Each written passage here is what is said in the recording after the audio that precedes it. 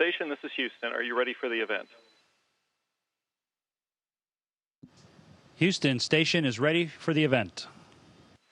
University of Connecticut, this is Mission Control Houston. Please call station for a voice check.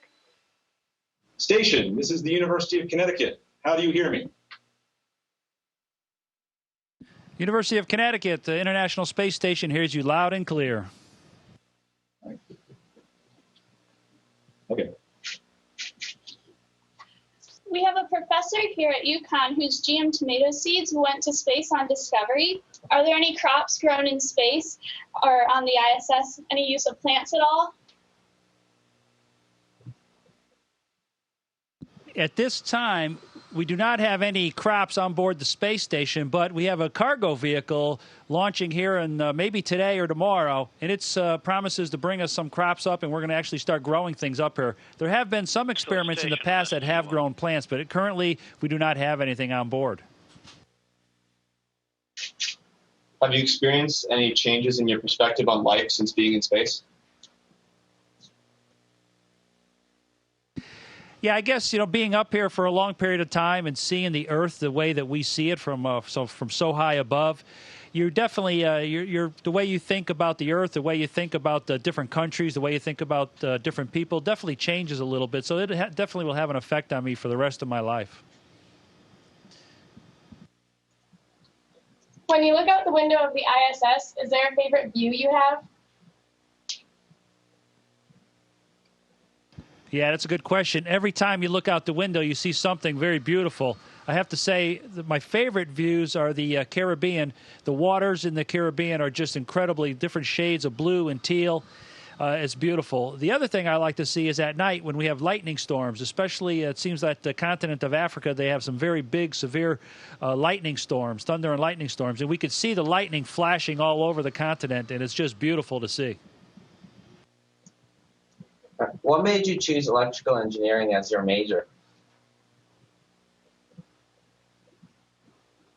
I think you asked, why did I select electrical engineering and computer science as my major? Back then, computers, personal computers were probably just starting to come on the market. So I knew that computers were going to be an important part of any type of engineering. So I wanted the computer science aspect of it. And, of course, I was always interested in electronics and electrical things. So that just kind of was a natural fit for me. What advice would you give a current UConn student that wants to follow the same path as you and become an astronaut? Yeah, that's a tough one. There's so many different paths to become an astronaut. There is no one easy path. We're like graduating as an engineer from the University of Connecticut, for example. You know the path you have to take. To become an astronaut, it's much more complicated, much more difficult. But the best advice I could give folks is find something that you enjoy. If you enjoy electrical engineering, for example, go get your undergraduate degree, get a master's, maybe even a PhD in that. Get a job working as an engineer in that field. Something that you enjoy, work on it for a few years, put in an application at NASA as an astronaut. Maybe come work at NASA. NASA has a lot of great jobs as engineers, flight controllers, scientists, technicians, all kinds of folks. Work at the Johnson Space Center and the other centers around the country. So find something you enjoy, become very good at it, of course, and then put your application in the hat and see what happens. Is space anything like what science fiction portrays it to be? I'm sorry, can you repeat the question? Is space anything like what science fiction portrays it to be?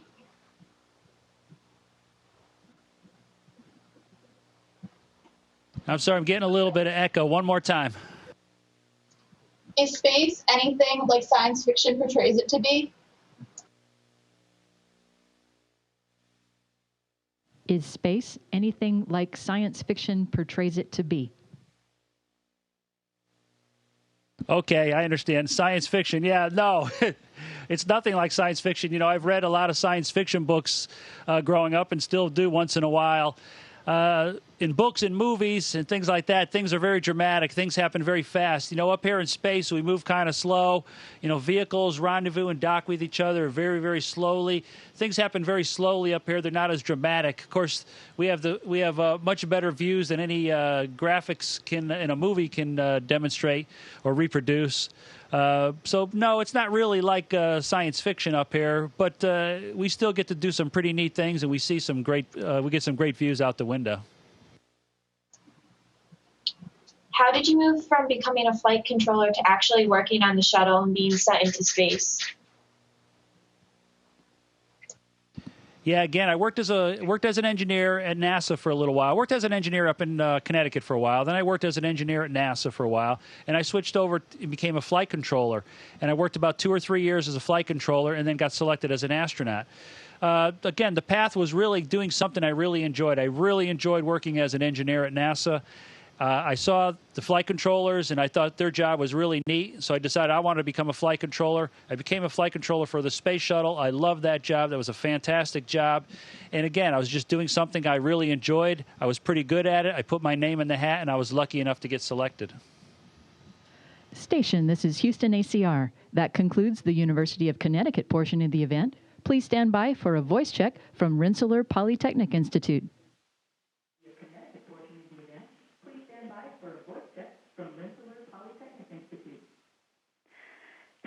Station, this is Rensselaer Polytechnic Institute. How do you hear me? RPI, I hear you loud and clear. Welcome to the International Space Station. Station, this is Rensselaer Polytechnic Institute. All right. We got a great excited crowd here for you, and here's our first student.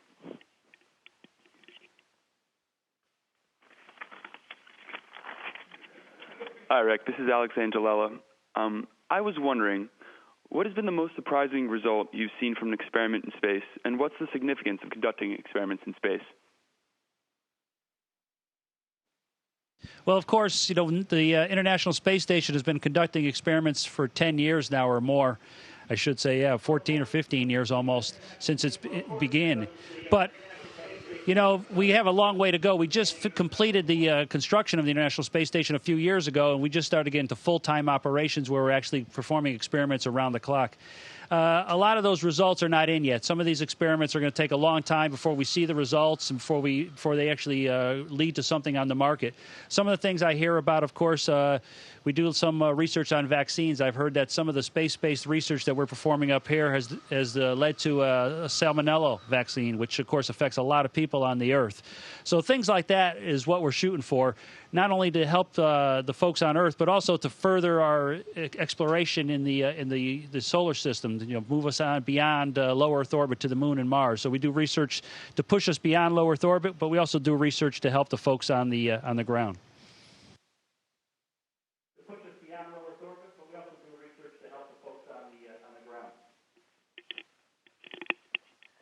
Thank you, Rick. My name is Emily, and what do you hear in space while on spacewalks? Hi, Emily. Yeah, that's a really good question. Mostly what you hear is the humming of your suit. The suit has a fan and a pump, and it's constantly running, of course. And that's a very reassuring feeling, having that constant white noise sound. So that's the first thing you hear all the time. Of course, you hear voices as the ground's talking to you and your EVA partner's talking to you. But the neat thing is, they say you can't hear anything in space. I can remember being in the Space Shuttle payload bay where I was attached to structure with a kind of like a handrail. It's called a BRT. It's like a clamp. And that was attached to my suit. And my spacewalking partner was kind of like clunking down the another handrail, and he was like plugging in a piece of hardware. And I could hear him as he's banging on the metal. Of course, that sound is being transmitted through the structure of the space shuttle through the structure of my suit, and I could hear it. So it's pretty neat to be able to hear things like that.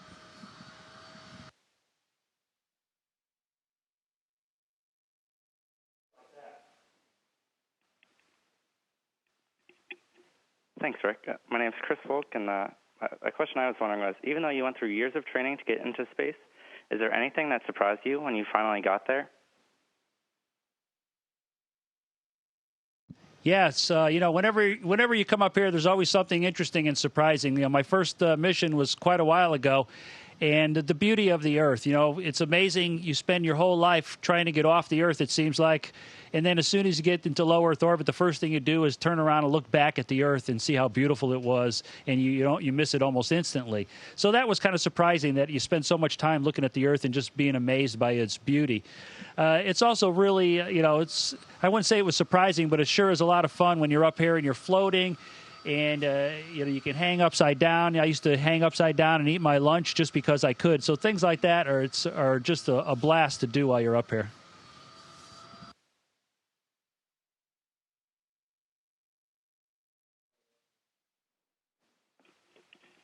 Thank you. Hi, my name is Cassandra Morales, and we were wondering what makes you most excited about the future of space exploration, perhaps visiting asteroids or going back to the moon or even Mars?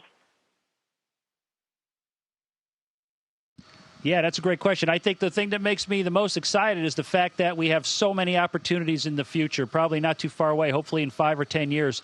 We've got several commercial companies, I can't even count them, 4 or 5 different commercial companies building vehicles that are going to go into low Earth orbit. And so that's going to really open up the market for a lot of folks to visit up here into low Earth orbit and see the Earth and kind of experience the things that I get to experience. But then you also have NASA. On the other hand, you have NASA with the Orion vehicle that's going to go beyond low Earth orbit, go back to the moon or to an asteroid, and maybe eventually to Mars.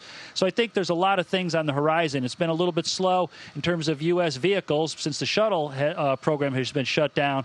But I think we're coming on strong with the commercial vehicles and with the Orion program. I think it's going to be a bright future here in a few years.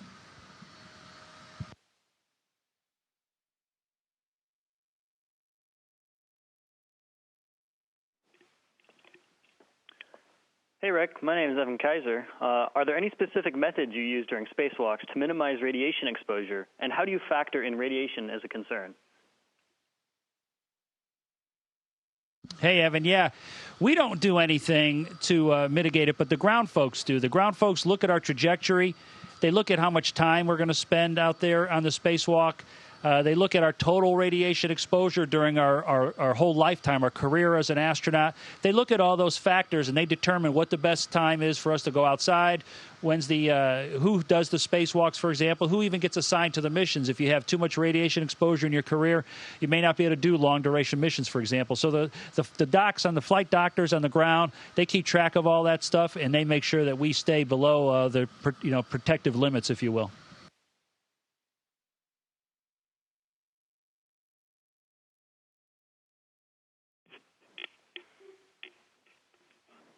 Hey, Rick. My name is Ryan. Can you compare launching in the Soyuz rocket versus launching in the Space Shuttle? Yeah, that's a great question. Yeah, I launched in the Space Shuttle. 3 Space Shuttle launches in the 1 Soyuz launch now.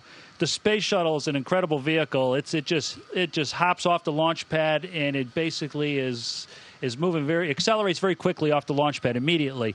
And its first stage is very bumpy. The analogy I used in first stage of the Space Shuttle was kind of like if you rode a motorcycle down a train track. That's how bumpy it is. And then when you get into second stage of the Space Shuttle, it's very, very smooth. You can't even feel the engines, the rumble of the engines or the vibration. Very, very smooth. The Soyuz is quite a bit different. The Soyuz doesn't hop off the launch pad as fast. It doesn't accelerate off the launch pad as quickly as the Space Shuttle. It's a little bit smoother than first stage. But the thing that was really interesting in the Soyuz launch was when the staging of the rockets. I think it was second and third stage. The second stage shuts out, and you kind of get thrown out of your seat, and then the third stage lights, and you kind of get thrown back. Of course, you're strapped in very, very tightly, so you're not really getting thrown around, but you could feel that bump, if you will, and that was kind of a lot of fun. So they're quite a bit different, those vehicles, but both of them worked fantastic, and I would ride either one of them again. Station, this is Houston ACR. That concludes the Rensselaer Polytechnic Institute portion of the event. Please stand by for a voice check from the University of Houston, Clear Lake. Station, this is University of Houston, Clear Lake. How do you hear me? University of Houston, Clear Lake. I hear you loud and clear. Welcome to the space station. Thank you. This is Aaron Herridge, physics engineering major. And my question is, what experience at University of Houston, Clear Lake has helped you most in your activities up there on the space station? Yeah, that's a great question. When I first moved to Houston, I was working as an engineer at the Johnson Space Center. and I decided I want to continue my education. Of course, University of Houston Clear Lake is a great place to go. It's a great campus, has lots of opportunities and different programs, and of course, very, very convenient, located right next to the Johnson Space Center. So I can't say that there's any specific experience that I got at the University of Houston Clear Lake, but I can say that, you know, going there, meeting the folks, having that experience just in general of attending the school there and getting the degree, of course, getting that master's degree had a lot to do with me getting selected as an astronaut. Matthew Smith, finance here. What would you say are the differences in preparing yourself for long-term weightlessness on the ISS versus short-term on a space shuttle mission? Yeah, let's see. Long-term versus short-term. I really didn't prepare any differently. For short-term missions, basically you spend a lot of time at the gym before I launched. You know, from a physical perspective, I spent a lot of time at the gym for my shuttle missions as well as my space station missions. I tried to be in as good a shape as I could before launch. And now the big difference is once you get up here. For space shuttle missions, I really didn't exercise while I was up here. I was up here for only 2 weeks, did a lot of spacewalks, so I thought that was enough exercise for me. But now, on a long-duration mission, I really spend a lot of time. Every day I work out for about 2 hours a day, running, biking, and lifting weights on a resistive exercise device. So pre-launch, not so much different in terms of physical preparation, but during the mission, that's when it's really quite a bit different. Hi, my name is In Lee, and my question is, have you ever any have you have any challenge working with other astronauts, particularly ones from other country? Yeah, we have a lot of different astronauts from a lot of different countries. Right up here for example, now we have 3 Russian cosmonauts, we have 2 American astronauts, and our commander is a Japanese astronaut. Of course, we have European astronauts, Canadian astronauts. We have folks from all over the world, which is great. But, you know, we don't see each other as people from different countries. We see each other just as crewmates. I don't think of Koichi Wakata, the Japanese astronaut, or my Russian crewmates. I don't think of them as Russians or as Japanese. I think of them as just my crewmates. So on a personal basis, we get along fantastically, and on a professional basis also. So again, those borders or those boundaries between or differences between people and differences in between countries, they go away when you get up here and just work on a day-to-day basis with each other. Hi, Rick. I'm Susan McIntyre, psychology major. And my daughter and I wanted to know if weightlessness had an effect on you, on your mood in space. Yeah, thanks, Susan. Yeah, it does. I think it does. You know, I think it's not just the weightlessness. Of course, the weightlessness causes your body to change. When you first get up here, a lot of the blood, you have too much blood, basically too much fluid in your system, and your head gets kind of puffy. You feel kind of warm. You have maybe a little bit of a headache. It takes a little while for your body to adjust, maybe get rid of some of that fluid. And there's a lot of other changes your body's going through. So it takes time. It actually takes months maybe to fully adjust to weightlessness. But then there's also environmental factors. You know, the CO2 level up here is higher than what we're used to on Earth. The noise factor, the close quarters, things like that. There's a lot of different things that affect your mood. But it's overall, most of that is overcome by the fantastic views we have out the Earth and the fact that we could float around and we do a lot of exciting work up here. So it's actually a pretty good trade-off.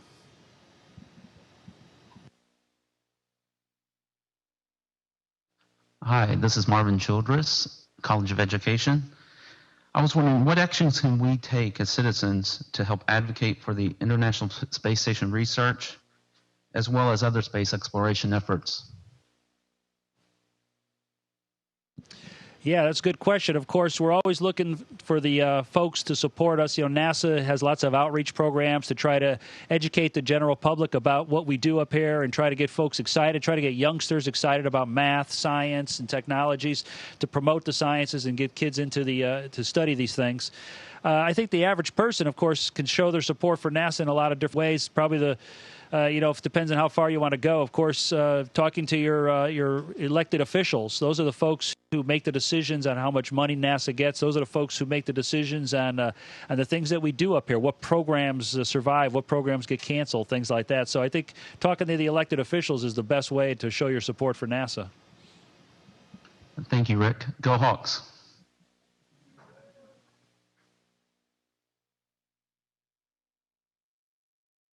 Station, this is Houston ACR. Thank you. That concludes our event. Thanks.